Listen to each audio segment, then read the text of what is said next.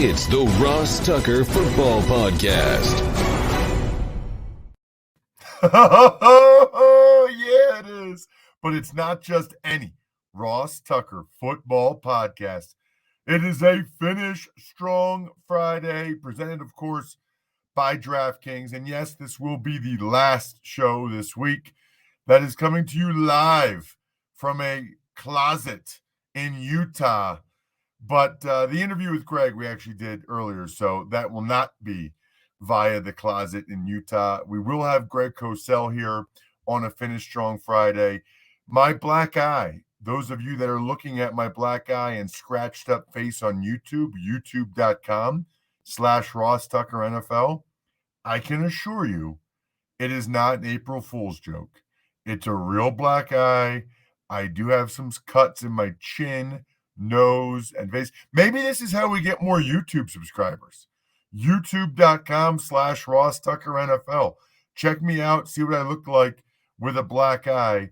I've been skiing with my family this week in Utah, and I was trying to pass my brother-in-law, probably going close to 50 miles an hour if I didn't hit 50 miles an hour. And then I don't know what I hit, but the top of my ski, believe it or not, the tip of it got bent a little bit. I hit something hard and I face planted. I went face first into the mountain. I don't know how my goggles didn't shatter. Thank goodness I was wearing a helmet.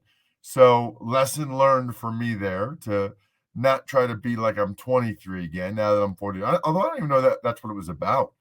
Right? I don't know what I hit, but I wasn't in control enough. At any rate, hopefully we'll get some more YouTube subscribers out of it. youtube.com/Ross Tucker NFL.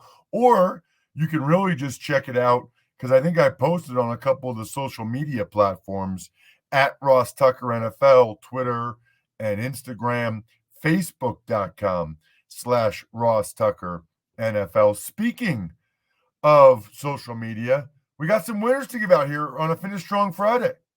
I want winners. I want people that want to win.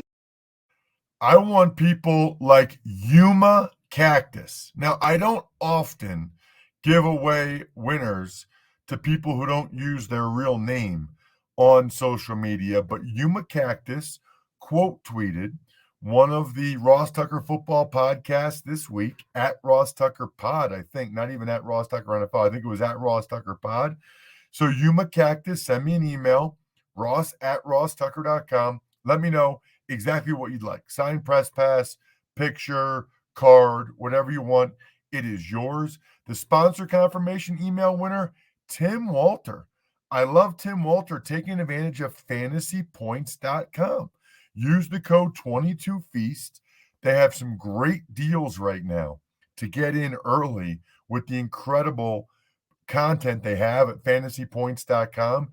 Use the code 22Feast. You get even more of a discount than the early bird discount they're giving you. So, Tim, let me know what you would like.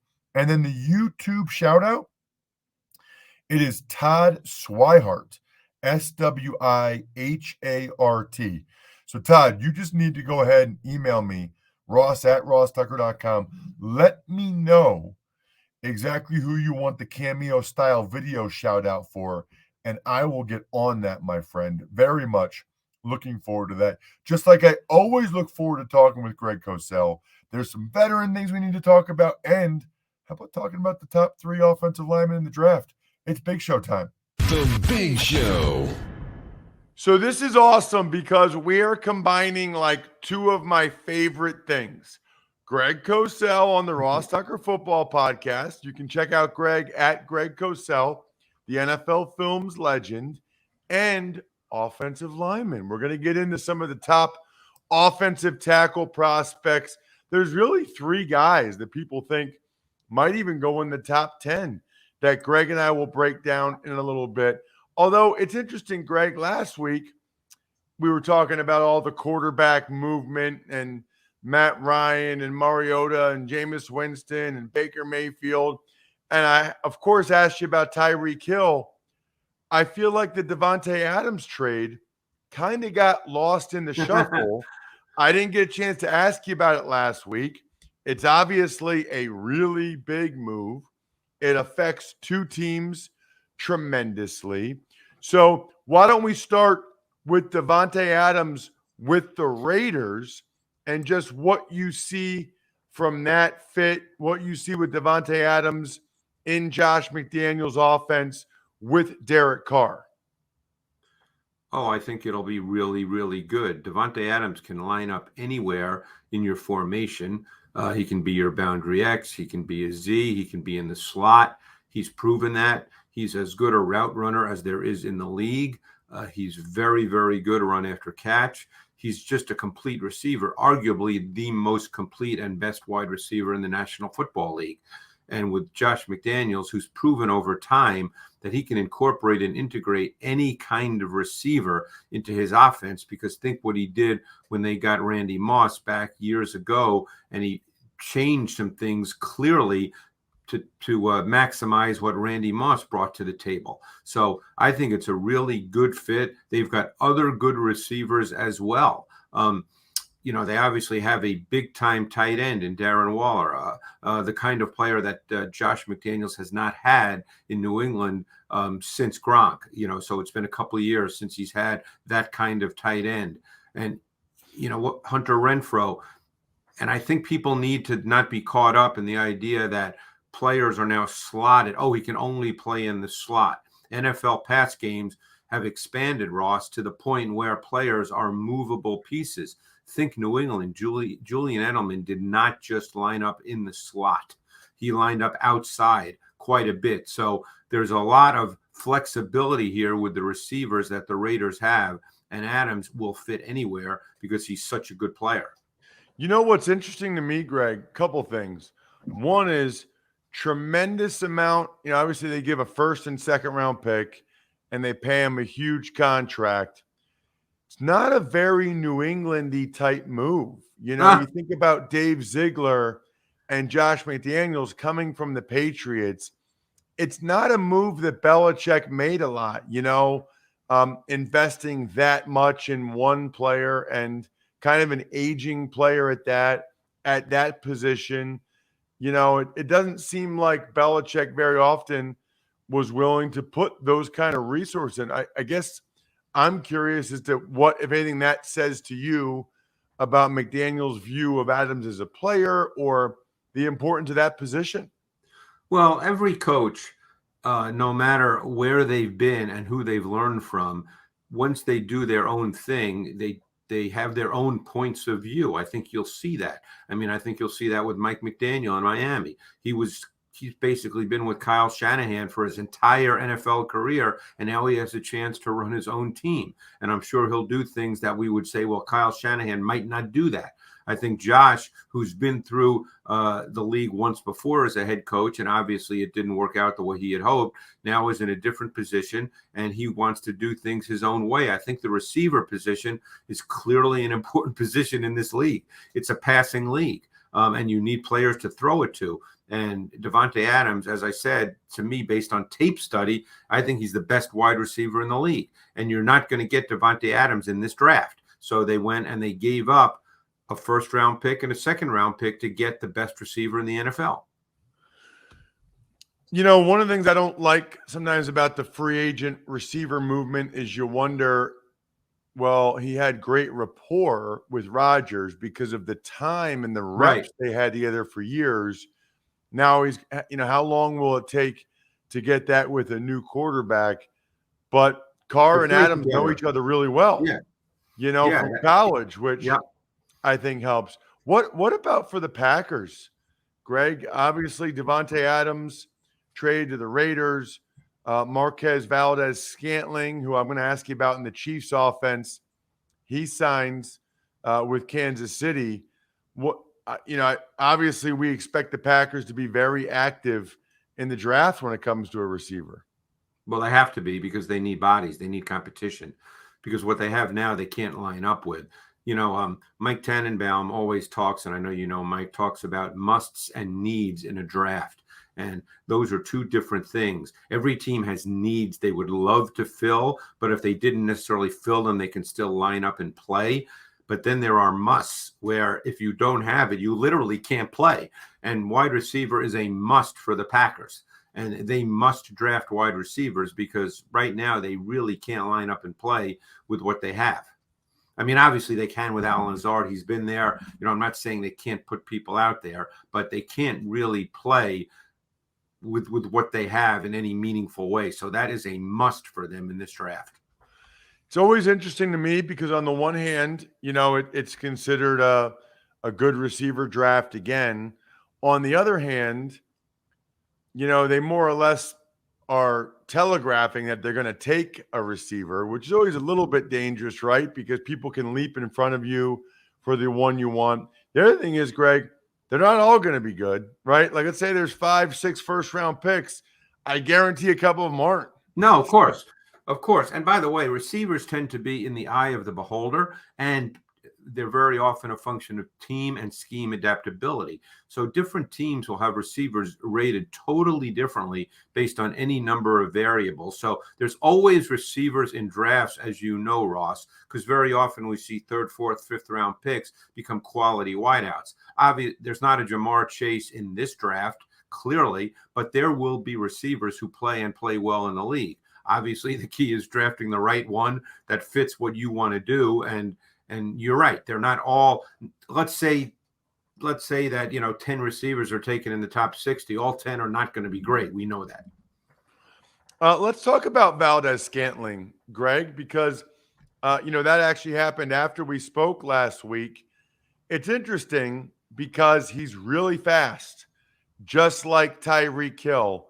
But my perception is that not all fast guys are created equal. There's different kind of fast guys.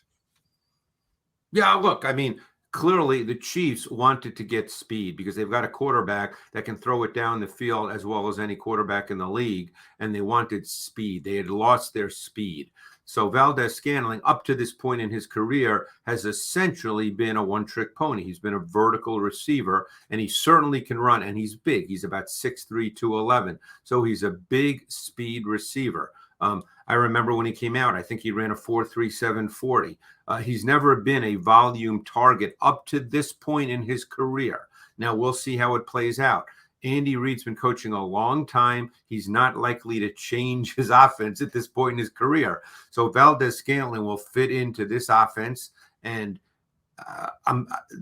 the point I made, I'm so curious as to the target share, because this is an offense that's going to throw the football. And it's structured differently than the Packers offense, even though Aaron Rodgers was there and Aaron Rodgers is great. Matt LaFleur kind of believed in running the football. Andy Reid doesn't really take that approach. They throw it a lot. So his target share could well go up. I'm curious to see how he is used because essentially he's been a straight line vertical receiver in Green Bay.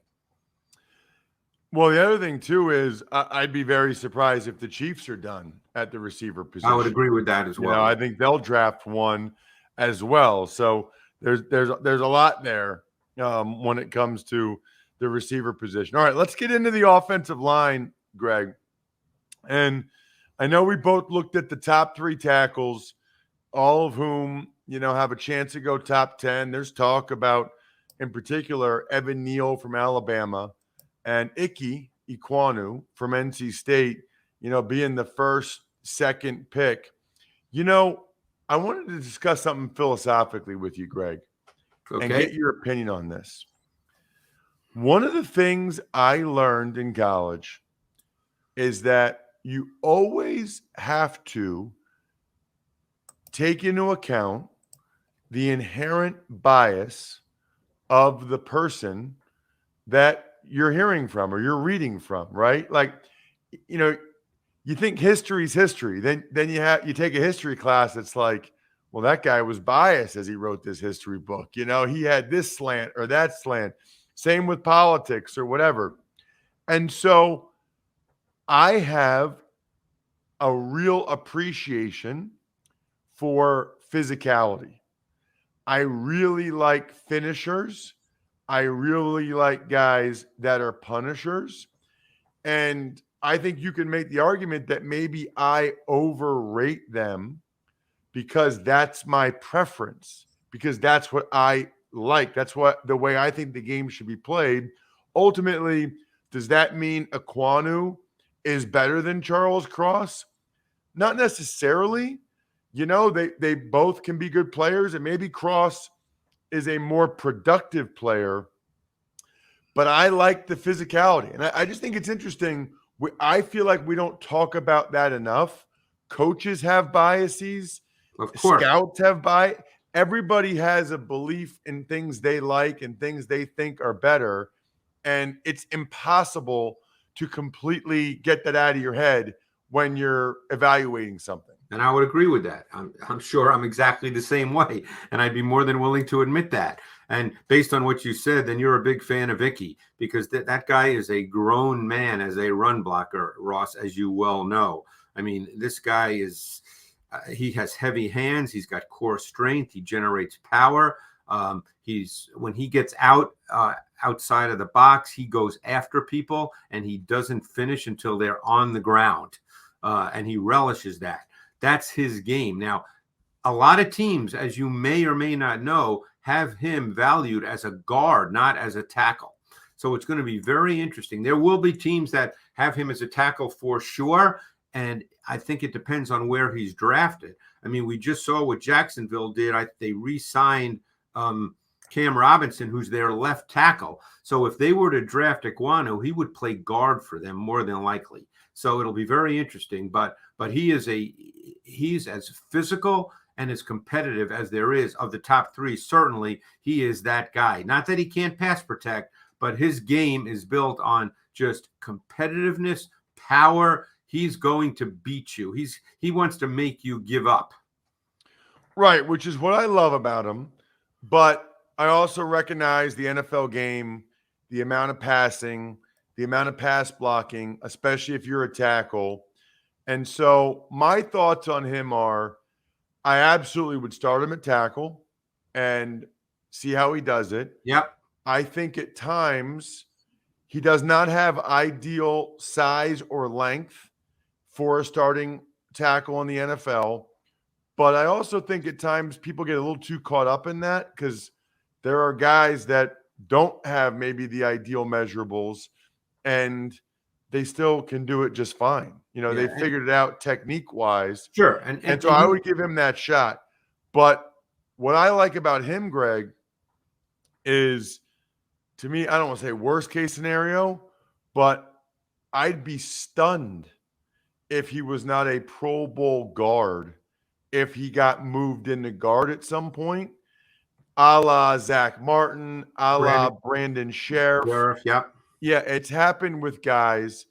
And, look, big-time guards are getting $15, $20 million. I mean, they're getting a lot of money. Sheriff got a lot of money. So that's an important position. Well, I think there's some technique issues, which I personally believe are very, very coachable.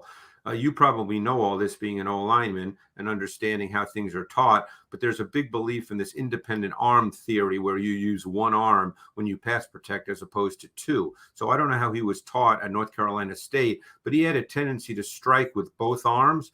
And what that did was at times it created balance and body control issues, because he would lean. And that would negate all his power, all his technique. He'd be off balance. I think that's very coachable, Ross. I think he'll be taught the independent arm technique as opposed to reaching with two arms, which cause those balance and body control issues. Well, I'm glad you said that. I had 9 offensive line coaches in the NFL. Wide variance in how good they were at their job. Wide variance in the techniques they used. So I think you're doing yourself and the prospect a disservice if you put too much into, what techniques he's using in college. Right. Because that just might be what he was taught by the NC State O-line coach. What about Evan Neal, Greg? What'd you think of him? Now, I really like Evan Neal. Evan Neal clearly has the length, and I saw him at the combine at the podium. He looked lean, and he's 6'7.5" and 337. To me, he's the best left tackle prospect in this draft class. And I don't fancy myself an O-line guru, Ross, by any stretch. I've just been doing it for a while and talked to a lot of people. But I think that over the last number of years, I would say he's as good as I've seen. The other player coming to my mind would be Laramie Tunsil coming out of college. But I really like Evan Neal. He's a very good athlete. He's a very good pass protector. He's a different kind of pass protector because he's rangier. He's got more range than both Ekwonu and Charles Cross. He's a different kind of player in terms of pass protection. And normally there's sort of three kinds of pass pro. There's the short set, there's what I guess people call the 45-degree set, and there's the vertical set. And I think he can be very good at all three. And to me, he's got the full package. I watched him in the SEC championship game against Georgia. I was really impressed. Yeah, really impressed. He has ideal size and length. He is very patient. Yes. He's got long arms and he uses them very well. Uses his hands and arms very well. He has advanced hand usage. He's extremely smart. You know, they would drop the D end at times. He comes right back in on the D tackle. Yep, No one's yep. looping out to him. He could sense and feel the twists. He's not as mean as Ekwonu. He's not as much of a finisher, but he's a plus player in the run game. I mean, he's Without a good question. run blocker. He's not quite as ornery as Ekwonu, but I would agree. I don't think he has awesome feet. I think he combines awesome size and length with good feet, which is plenty good enough. Yeah. If you can do that. So I would agree. I think he's the best left tackle prospect. Lastly, Greg, let's get to Charles Cross from Mississippi State. It feels like there is more of a mixed opinion on him. Yeah, I you know who Cross reminded me of? I'm talking stylistically. I don't know where he's going to get drafted or what he'll be exactly in the league, but he kind of reminded me of Tristan Wirfs when I watched Wirfs come out of Iowa. Similar body types. They play more compact and coiled as opposed to long and rangy. You know, and Wirfs is obviously a great right tackle, one of the best in the league, but I wouldn't call Wirfs rangy, would you? No, I wouldn't. He's a little bit he's a little bit more, a little stiffer. He's not Lane Johnson. No, he's correct. He's really good, obviously, but that's why I use the words compact and coiled. And I think Cross is kind of like that. They have strong, powerful cores, so that results in excellent balance and body control. And they both play with strong, heavy hands that latch on and they minimize movement by pass rushers. So to me, I look at a Cross and then I look at a Neal, and they play the position totally differently. But I think they're both, obviously we just spoke about Neal, who I like just as you did.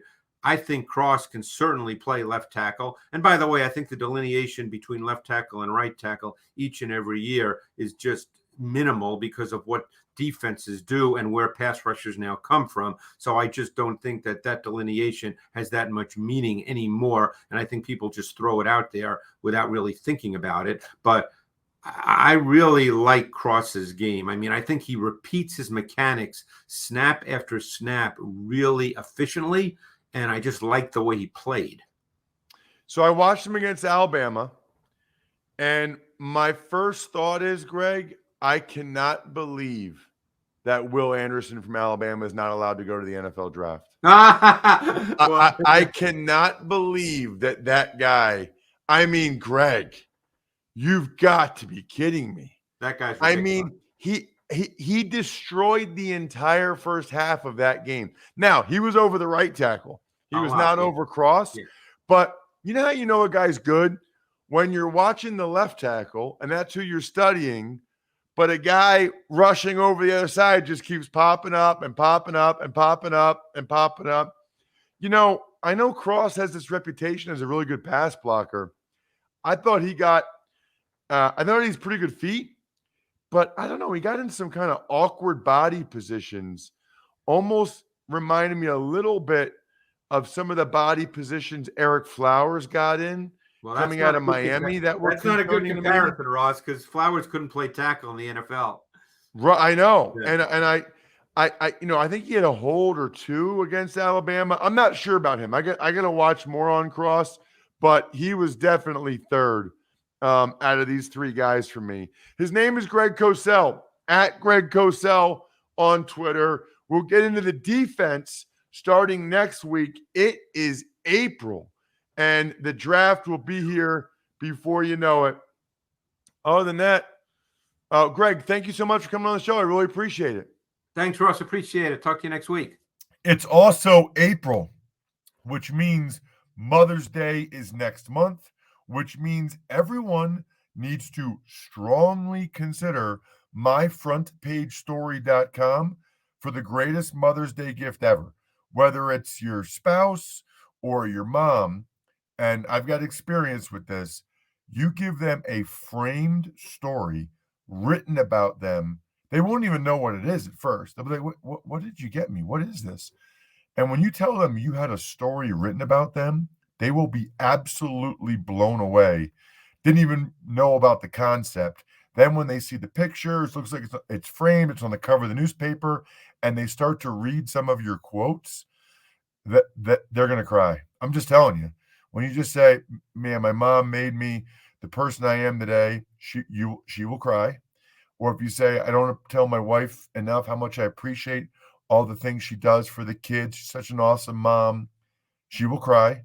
myfrontpagestory.com. She will cry. You will win. myfrontpagestory.com. And you might get a chance to win the sponsor confirmation email winner. Get one of these awesome press passes or cards or pictures. Tuck's Takes. Hey, Ross, good morning. Let's start today in Tampa, where Bruce Arians retires to move into the front office. Todd Bowles becomes the new head coach for the Bucs. Kind of feels awkward timing, right? I'm going to take everything at face value, but on one level, I feel like Brady had to know this when he was coming back, right? Now, Arians says that, he made the decision after Brady came back because he wanted to give the job to Todd Bowles in a good position, right? Succession was important to him. And look, we just had Connie Carberg, who was amazing, by the way, on Wednesday's show, talking about everything that Bruce Arians has done for women in football, for minorities in football. So I totally believe that this was Arians' goal the whole time. But I also find it hard to believe that Brady would say he's coming back not knowing this, right? I mean, I think he had to have some inkling that this is going to happen. It kind of feels like all this stuff happened in conjunction, that maybe they discussed it, because I can't imagine that Brady's like, I'm coming back, and then, then they tell him Arians is retiring. I think he had to know when he made that decision. Tuck's Takes. Linebacker Bobby Wagner signs a 5-year, $50 million deal to stay in the NFC West, this time with the Rams. I have seen one thing I think the Rams have an advantage of. Guys want to be in LA. I think Bobby Wagner is still a very good player.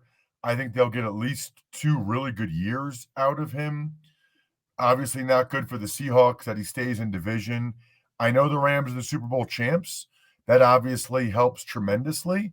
But guys want to live in LA. Now, Bobby's a little different. Bobby's from LA, which obviously makes a difference. But guys want to live there. And, it's hard to blame them. A lot of people in life want to live in Los Angeles. The weather's lovely. There's a lot of opportunity there. So hard to blame some of these guys that are going there. Odell Beckham Jr. clearly wanted to live there. Bobby Wagner clearly wanted to be there. So they get a little bit of an advantage there for sure. Chargers and the Rams. Tuck's Takes. Jaguars sign edge rusher Arden Key, and the Vikings re-signed Patrick Peterson. So Arden Key had a really nice year for the Niners coming off the edge. He's a guy that Greg would mention quite a bit. Greg was often talking about Arden Key and the job he was doing, as well as DJ Jones. I mean, the Niners had some enviable depth along the defensive line that they're going to have to draft some guys because they lost Jones, the D tackle, they lose Key. That was part of, I think, why they were able to make the run they did and why they were successful. the way they were. As for Patrick Peterson, I just don't think he had very many other places to go. I don't know how much money he got, but I thought that made sense for him to go back to Minnesota. They kind of need a corner, and I don't know that there were that many people that were that excited to try to get Patrick Peterson. Tuck's Takes. Former Saints and Eagles safety Malcolm Jenkins has decided to hang it up after 13 years in the NFL. What an awesome career. And what an awesome guy.